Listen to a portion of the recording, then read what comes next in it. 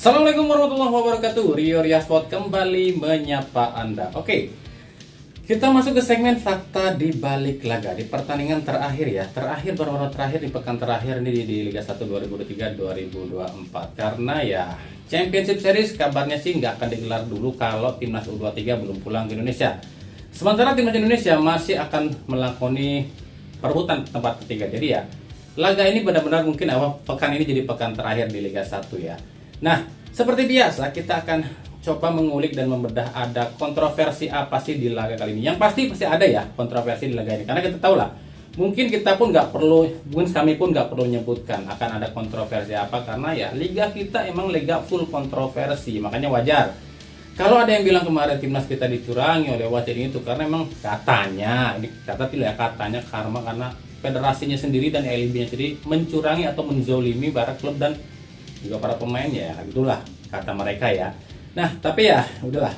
Kita akan cari tahu aja nih di laga ini berapa banyak sih kontroversi yang akan terjadi dan juga seperti apa jalannya laga kali ini. Tapi seperti biasa sebelum kita bedah semuanya, saya tetap mau dukungannya untuk channel ini agar terus berkembang dan bisa memberikan berita-berita informatif yang tentunya semoga saja bermanfaat untuk kita semua. Caranya masih sama.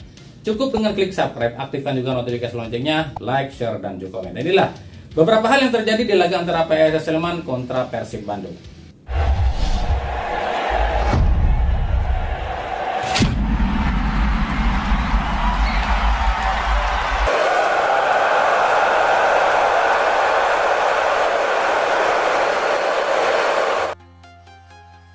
Inilah beberapa fakta dan kontroversi yang terjadi di laga PSS Sleman kontra Persib Bandung. Ya, kenapa kami bilang kontroversi? Karena laga ini nggak layak disebut laga ya. Ini full kontroversi. Upaya penyelamatan. Ya tentu saja laga ini bisa dibilang 100% upaya penyelamatan PSS Sleman. Sebab Persib di laga ini full pakai pemain cadangan. Kalau ada yang komentar ya bisa aja kan, karena Persib ini udah nggak punya kepentingan ya udah terus demi aman-aman aja pakainya pakai pemain cadangan. Iya sih bisa aja dengan alasan kayak gitu. Tapi kenapa lawannya harus PSS Sleman baru pakai pemain cadangan? Padahal kan Persib dari kemarin pun udah aman. Sekarang kalau dibilang takutnya nanti kalau pakai pemain inti wasitnya kayak gitu, terus banyak pemain yang kena kartu di Champions Series mereka nggak main, bisa aja kayak gitu. Tapi apa kenyataannya di laga ini pun ada beberapa pemain Persib yang jadi korban juga kan. Jadi paham ya, nggak ada satupun tim di Liga 1 ini yang nggak bisa disetting ya. Tapi ya sudahlah, mungkin Hodak juga udah kena kali ya, kena settingan dari entah siapa kali orang yang nyeting ini.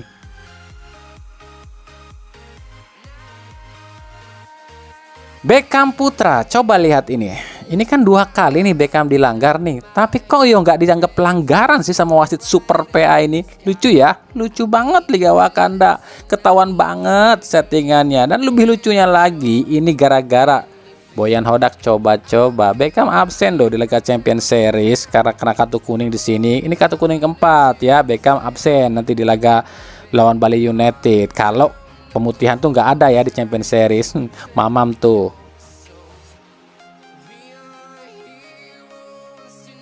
David Da Silva, coba lihat di laga ini dah tuh. DDS nyampe kesel gitu loh melihat pertandingan ini. Entah keselnya sama Hodak atau sama wasit kali ya. Tapi mungkin DDS nih jengkel kali ya. Kenapa sih Hodak ini kok pakai formasi yang kayak gini?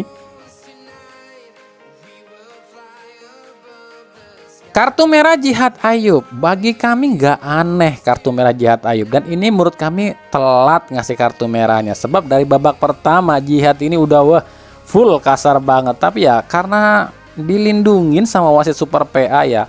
Kalaupun kena kartu kuning kedua di laga ini, menurut kami ya udah telat. Harusnya dari babak pertama udah kartu merah.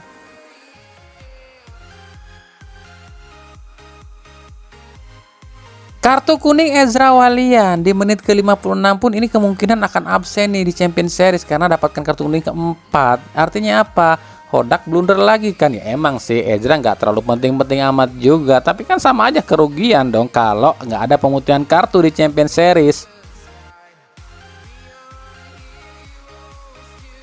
Nah, ini lebih parah nih, pelanggaran Kevin Gomez nih. Ini layak kartu merah loh dalam Law of the Game FIFA.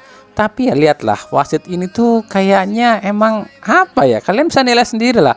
Ini tuh pelanggaran dalam Law of Game FIFA ini udah wajib kartu merah ya.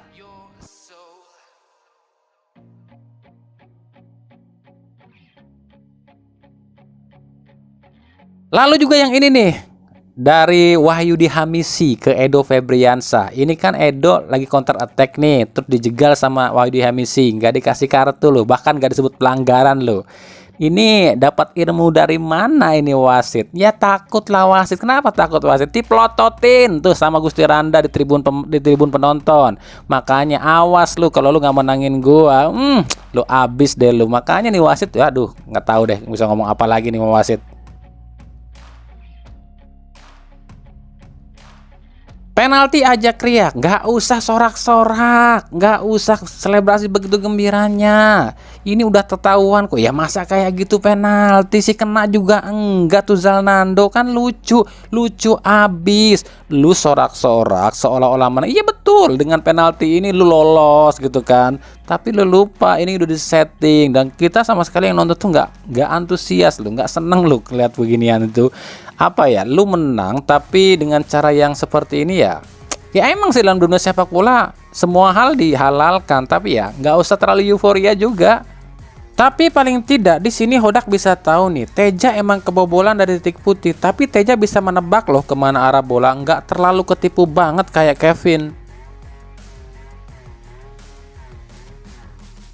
Jadi intinya kenapa kami malas ngebahas pertandingan ini ya, kalian udah tahu lah laga ini tuh udah full settingan dari awal. Sebenarnya kami ini males banget buat ngebahas ini ya, karena kalian lihat sendirilah di laga ini apa yang bagusnya coba di laga ini. Kalau ada yang komentar kenapa sih kami selalu julid sama PSS Sleman, kenapa kami selalu julid dengan tim anu, kenapa kami selalu dianggap menjunjung apa memenangkan atau membela Persib Bandung. Enggak, kami enggak ngebela Persib Bandung. Di laga ini kami full ngehujat Persib Bandung. Kami bilang Persib ini bodohnya minta ampun, goblok minta ampun mau disetting kayak gini. Dan kita lihat di sini kalau kami bilang man of the match-nya dua orang nih. Yang pertama wasit Super PA Gideon Dapaherang. Yang kedua man of the match-nya adalah Gusti Randa, karena dua orang ini berhasil menyeting laga ini dengan sesuai harapan mereka. PSS lolos dari zona degradasi, ya kan? Kenapa kami bilang full settingan? Sebab di laga ini benar-benar kelihatan ya, kalau memang mau nyeting ya jangan terlalu kelihatan banget gitu loh.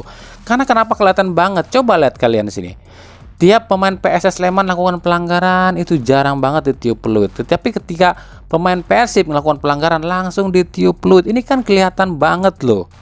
Kalau ada yang komentar, itu buktinya PSS dari babak pertama nyerang abis ke Persib. Ya karena Persibnya nggak pakai pemain utama, nggak ada yang nyerang Persibnya.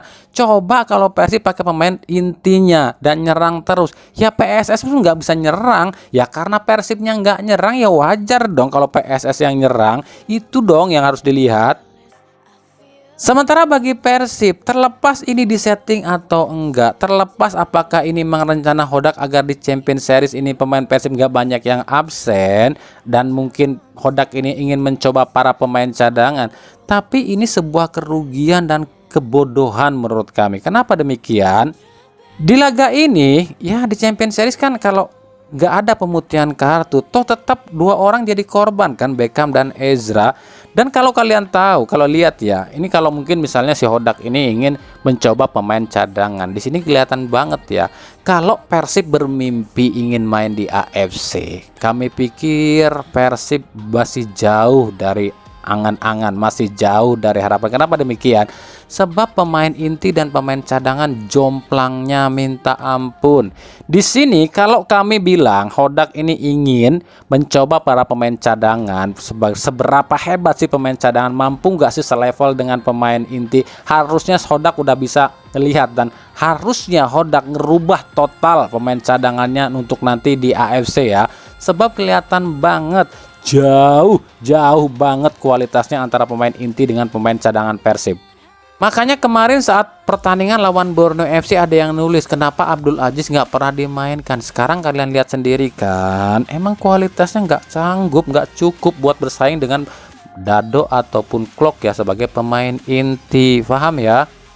Nanti kalau ada yang komentar, ah lu ngejatuhin Persib, mana buktinya Persib di setting katanya. Lah sekarang gini deh, secara logika, tim ya bermain dengan 10 pemain, terus Persib unggul dengan jumlah pemain ya kan, terus belum bisa mencetak gol. Kenapa nggak nambah daya gedor? Kenapa DDS Siro dan Beltrame sampai menit akhir nggak dimainkan?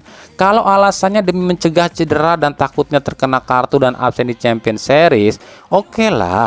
Tapi kan nggak segitunya juga, minimal dimainin lah 10 menit akhir gitu, biar nggak terlalu kelihatan banget gitu loh. Tapi ya udahlah, terserah kalian mau berpendapat apapun. Ini kan cuma pendapat dan penglihatan kami aja ya. Makanya kenapa kami sebenarnya males mengunggah video ini. Tapi ya udah, biar kalian lihat sendiri di TV tadi.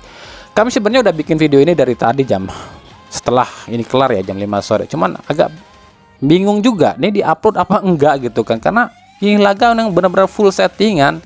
Tapi ya udahlah, ini namanya juga liga dagelan ya, semuanya juga dagelan, nggak federasinya, nggak operatornya, nggak klubnya, pelatihnya, pemainnya, semua juga ikut dagelan. Jadi ya udahlah, begitu aja ya pembahasan kita kali ini. Sorry loh kalau videonya nggak panjang, sebab ya kami pun jengkel juga ngelihat pertandingan ini tuh. Kami jengkel sama Persib, jengkel sama PSS Sleman, petinggi PSS Sleman, jengkel sama federasinya, jengkel sama semuanya, apalagi terutama wasit ya, kami jengkel. Makanya ya udahlah, terima aja lah. Oke, itulah tadi beberapa hal yang mungkin terjadi di laga antara PSS Sleman kontra Persib Bandung di pekan terakhir, pekan penghabisan untuk regular series sebelum kita menuju ke Champions Series yang belum tahu tanggal berapa akan digelarnya ya. Nah, gimana menurut kalian? Apakah ada yang kelewat atau enggak nih dari pembahasan kami? Ya, maklum aja ya kalau ada yang kelewat, soalnya juga ya kalian lah bisa menilai sendiri apa yang bisa kalian komentari di laga kali ini. Apakah mungkin ada yang perlu ditambahkan atau mungkin kelebihan, ya silakan saja, itu pendapat masing-masing. Makanya ikuti terus berita seputar sepak bola khususnya Liga Indonesia dan pernak-perniknya hanya di Rio Ria Sport. Terima kasih yang telah menyaksikan video ini dan mengunjungi channel ini. Kritik dan saran selalu kami nantikan di kolom komentar atau di media-media sosial kami yang ada di bawah ini. Sampai jumpa di video-video kami selanjutnya dan salam Rio Ria Sport. Wassalamualaikum warahmatullahi wabarakatuh.